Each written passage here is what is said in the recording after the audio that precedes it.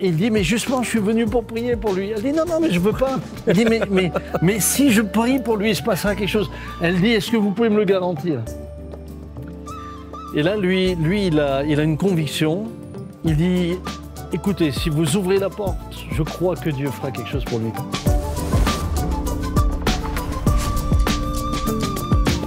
Boker Tov, Shalom depuis Jérusalem. Jérusalem, la cité de Dieu, la ville sainte. Yerushalayim, dans le mot Yerushalayim, nous avons un duel.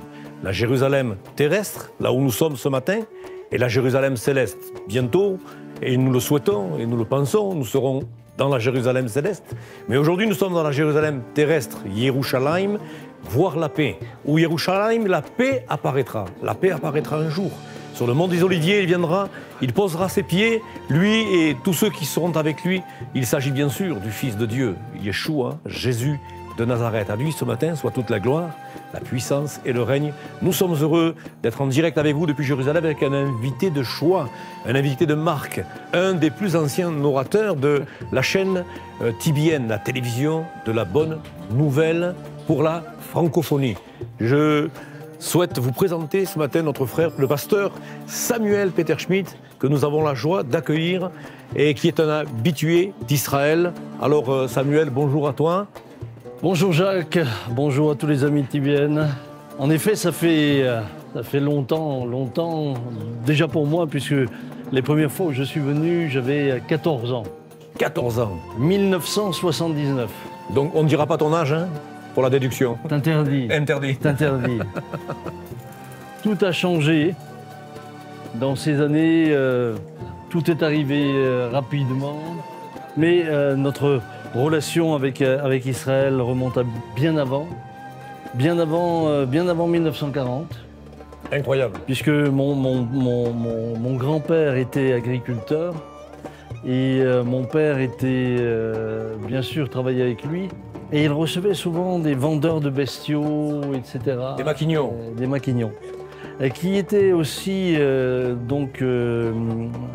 juifs, avec lesquels ils avaient finalement lié beaucoup de relations. Et il y avait une proximité, il y avait une intimité, il y avait beaucoup de choses qui se passaient entre eux. Et puis sont arrivées les années que malheureusement tout le monde connaît. Ces années terribles. 36, 37, 38, où tout le monde se rendait compte qu'en Europe, quelque chose se passait. Et je sais que mon grand-père, très souvent, prenait le temps, avec ceux avec qui il avait lié amitié, de s'asseoir, d'ouvrir la Bible, de prendre le prophète Ésaïe ou Ézéchiel et bien d'autres, et de leur dire, mais les temps sont mauvais, il faudrait que vous retourniez. Il faudrait que vous retourniez en Israël. Il faudrait que vous fassiez votre alia. Il ne disait pas alia lui, mais il faudrait que vous retourniez. Et à cette époque-là, ils étaient absolument tous convaincus que ce qui était en train de se passer, c'était finalement en Allemagne. Mais que ça ne déborderait jamais sur l'Europe, encore moins sur la France. C'était inimaginable. Chacun était installé dans son confort, etc. Et dans son business. Et puis partir pour aller où Israël à l'époque. C'était un peu le flou total. C'était le flou total. Donc toi, ta famille, c'est une famille de Ménonites, lecteurs de la Bible. C'est ça. Et à partir du moment où on est lecteur de la Bible, quand on lit la Bible, on considère qu'il y a de nombreuses prophéties adressées à un peuple. Et comme Eschler, le pasteur, qui a inspiré un peu et motivé Théodore Herzl, donc les membres de ta famille, lorsqu'ils étaient en contact avec les Juifs, leur signalaient que selon ce qui était écrit déjà, de manière prophétique, il fallait que chaque Juif qui ait la possibilité de retourner sur ce territoire de la Judée, Samarie, Israël, puisse le faire. C'est ça. Et pour mon grand-père, c'était vraiment un poids. C'était un fardeau de leur annoncer. Malheureusement, les choses ne se sont pas passées comme ils l'auraient espéré. Ils n'ont pas entendu, convaincus qu'ils étaient que ça ne les atteindrait pas, jusqu'à ce qu'un jour, eh bien, des camions étaient sur la place du village et on chargeait tous ces hommes, toutes ces familles, ce qui a été pour mon grand-père, pour mon père, un bouleversement total. Un bouleversement. Un déchirement, parce que... Un déchirement. Moi, même si à cette époque-là, on ne savait pas encore ce qui allait se passer avec eux. Ah ouais, on n'était pas au fait exact On était de la destination de ces camions. puisque l'Alsace d'où je viens a été annexée à l'Allemagne. Nous, on s'est retrouvés à nouveau allemands de 39 à 45. Donc, on ne savait pas où allaient ces camions, mais on savait que ce qui se passait n'était pas normal. N'était pas très bon. N'était pas normal. Et plus tard, mon père me racontera toujours ça, puisque lui, ça l'a tellement impacté par rapport aux avertissements que donne la parole de Dieu, à la vision prophétique de la parole de Dieu, qu'il disait, mais il nous faut non seulement lire les Écritures c'est une chose, mais croire ce qu'elles disent, afin d'agir en conséquence. Bien sûr. Et plus tard, il est arrivé un jour en Allemagne, à Rexingen, dans un village où il y avait un énorme cimetière avec essentiellement des Juifs qui étaient enterrés là. Et l'histoire de ce village, eh bien, était le suivant. Ces gens de Rexingen avaient été avertis eux aussi bien plus tôt encore. Et au lieu de réagir comme ceux à qui mon grand-père parlait, en se disant « ça ne nous atteindrait jamais », eux avaient écouté, s'étaient laissés prévenir, s'étaient laissés avertir, et ils sont partis avec toute leur famille en Israël. L'État n'était pas encore proclamé, mais ils étaient arrivés ici. Et aujourd'hui, tout un kibbutz est composé uniquement de ces gens, ils se sont multipliés, etc. Et donc, ça, c'est le fruit L'histoire des des Juifs de Rexingen est extraordinaire parce que c'est le résultat de l'obéissance. Je me laisse avertir, j'entends. Par une parole prophétique, biblique, avec des hommes qui croyaient à l'inspiration et l'inhérence du texte biblique. Absolument. La parole de Dieu, c'est la vérité. Absolument. Et puis aujourd'hui, tout est là pour nous le démontrer. C'est la réalisation. Tout est là pour nous le démontrer. Parce qu'on est à Jérusalem-Est, mais Jérusalem-Est fait partie intégrante de l'État d'Israël. Et Jérusalem-Est fait partie intégrante de la ville de Jérusalem elle-même. Et pour nous, Jérusalem, c'est notre capitale. Et même si on est dans un quartier avec beaucoup de nos voisins, ça reste malgré tout, dans son entièreté, même Jérusalem-Est, y compris la capitale de l'État d'Israël. Et aujourd'hui, on marche dans les rues de la vieille ville, de la capitale de l'État Jérusalem d'Israël. demeurera la capitale de l'État d'Israël. Et c'est extraordinaire. Donc, il y a quand même un fait à remarquer et à constater. Moi, je ne connais pas un membre de ta famille, que ce soit la famille Peter Schmitt ou la famille Gagneux, qui n'ait jamais mis les pieds en terre d'Israël.